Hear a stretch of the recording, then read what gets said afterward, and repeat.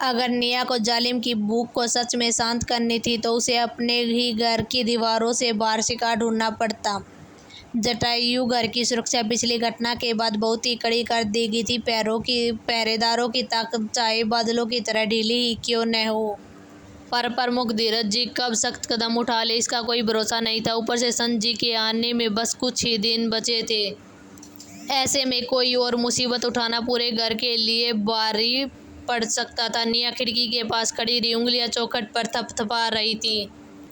तो फिर और कहाँ, उसने खुद से बुदबुदाया। जटायु घर के अलावा फेनाकी शहर में इतनी दौलत जल्दी कहाँ मिल सकती है।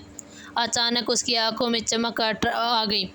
पूरे रंगून साम्राज्य की राजधानी में जटायु परिवार घर के बराबर ताकत और संपत्ति किसके पास थी।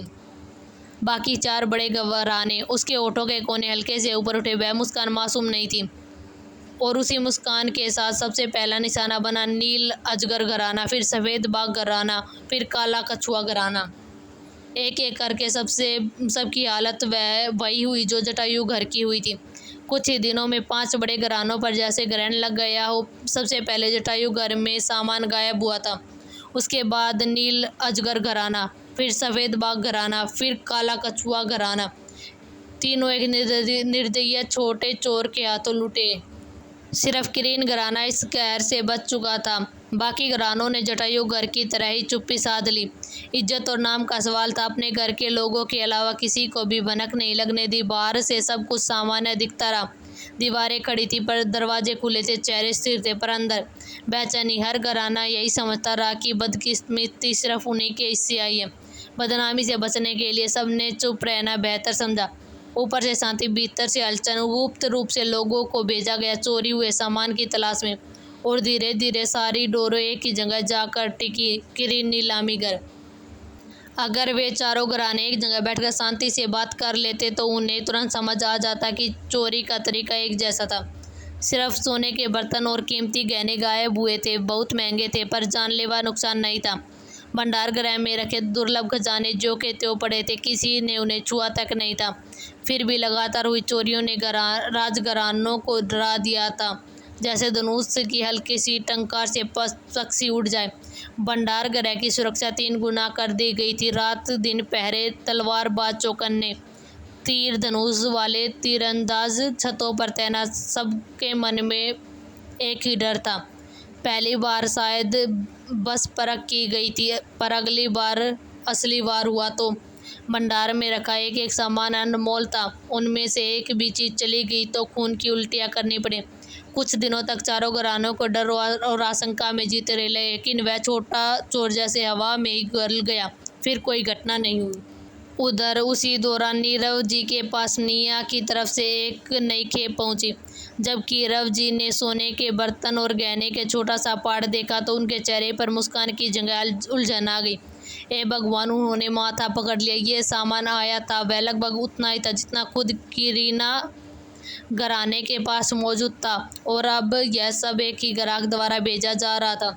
लहरों की जगह आते शाही सामान को देखकर नीरव जी सच में जानना चाहते थे कि हाथ जोड़कर कह दें, मालिक कुछ और भेज दीजिए, बस ये ही नहीं। अगर यही चलता रहा तो फेनाकी शहर के लोग यही समझेंगे कि किरीन नीलामी घर अब सिर्फ शाही सामान की ही नीलामी करता है।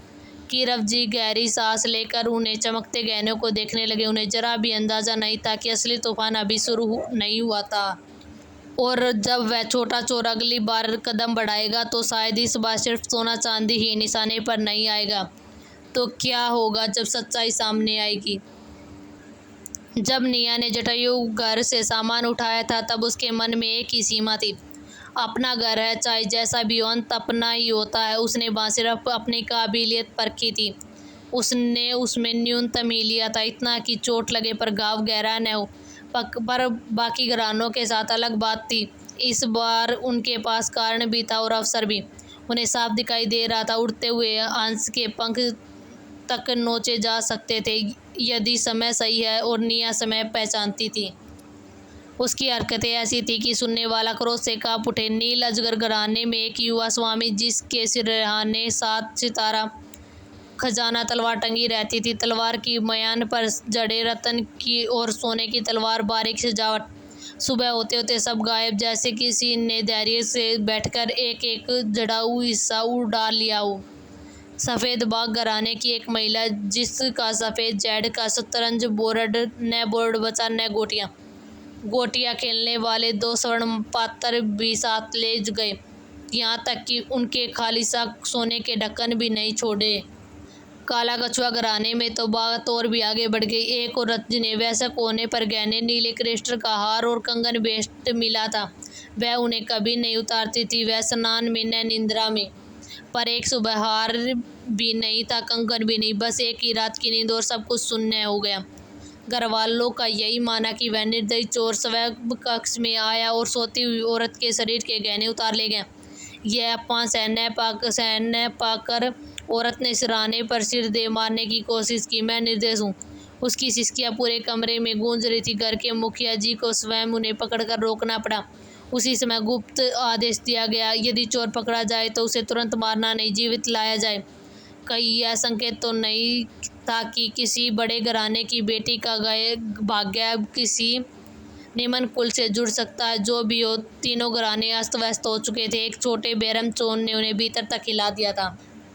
सिर्फ 3 बारों में निया ने 20,000 से अधिक निम्न स्तर के दानविष्ट के कोर इकट्ठा कर लिए।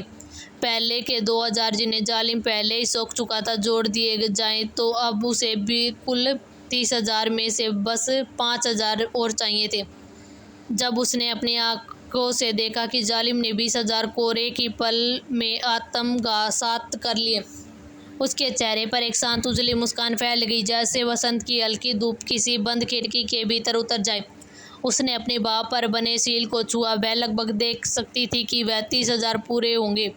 जब दूसरी सील टूटेगी तो वह खुलकर आकाश की ओर देखकर हंसेगी। पर अभी 1% बाकी था। आखिर 5,000 कोर खरीदने के लिए धन कहाँ से आएगा? किरीन घराने का विचार उसने तुरंत त्याग दिया। चाहे वे कितने भी समर्थ क्यों न हो, क्या वे उनसे चोरी करे और वही वस्तुएं उनकी नीलामी में बेच दे?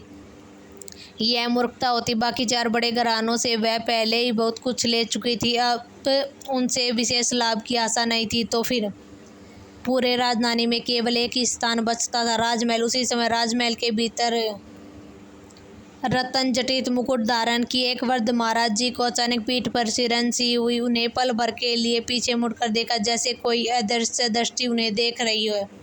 पर नियति ने एक और मोड़ रखा था। निया अपने विचारों को आकर ही दे रही थी कि तभी देवभूमि के संत जी अपनी टोली सहित रंगून साम्राज्य की राजधानी में प्रवेश कर गई। और संत के आगमन ने पूरे नगर को जागृत कर दिया। राजा से लेकर साम्राज्य प्रजा तक हर कोई उसी की चर्चा कर रहा था।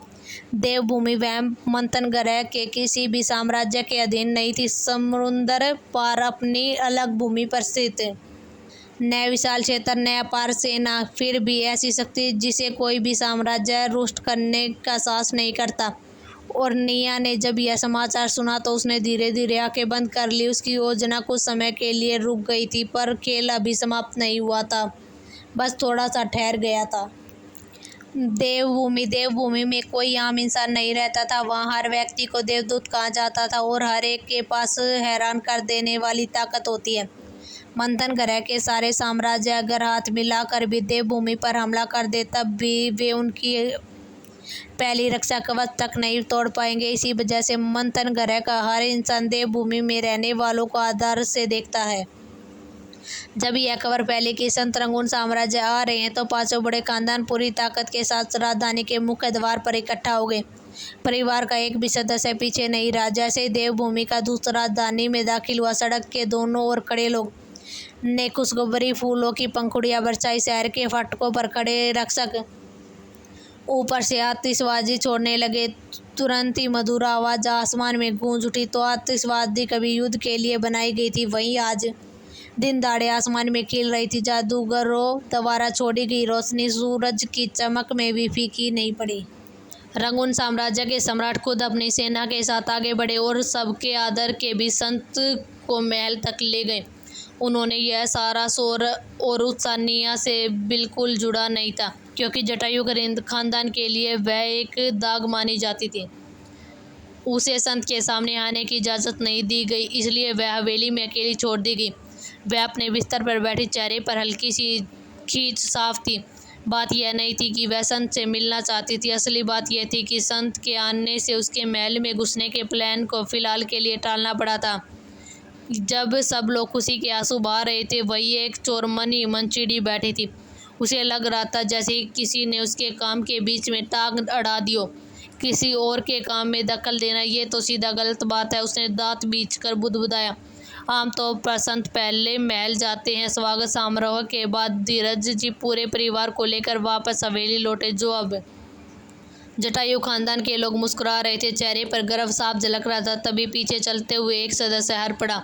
हाँ, अजगर खानदान वाले अभी तक समझ ही नहीं पाए कि संत क्यों आए हैं।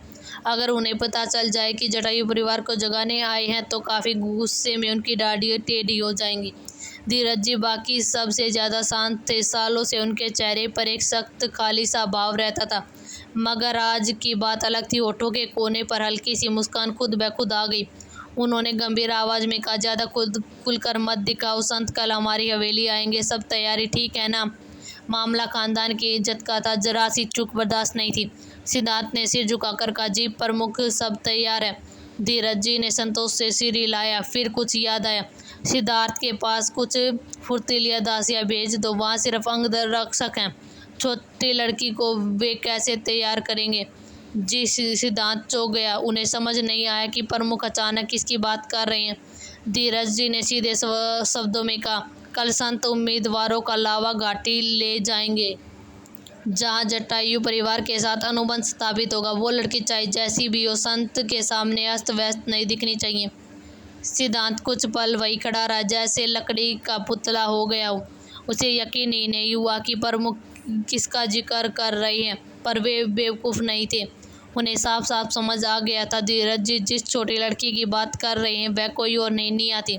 और पहली बार हवेली की हवा में एक अजीब सा मोड़ महसूस हुआ, मानो आने वाला दिन जटायु परिवार की किस्मत नहीं, किसी और की पहचान भी बदलने वाला हो।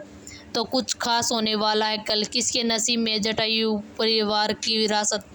आगे इस कहानी में क्या होगा, जानने के लिए बने रहे मेरे साथ और सुनते रहिए मेरी इस दिलचस्प कहानी को।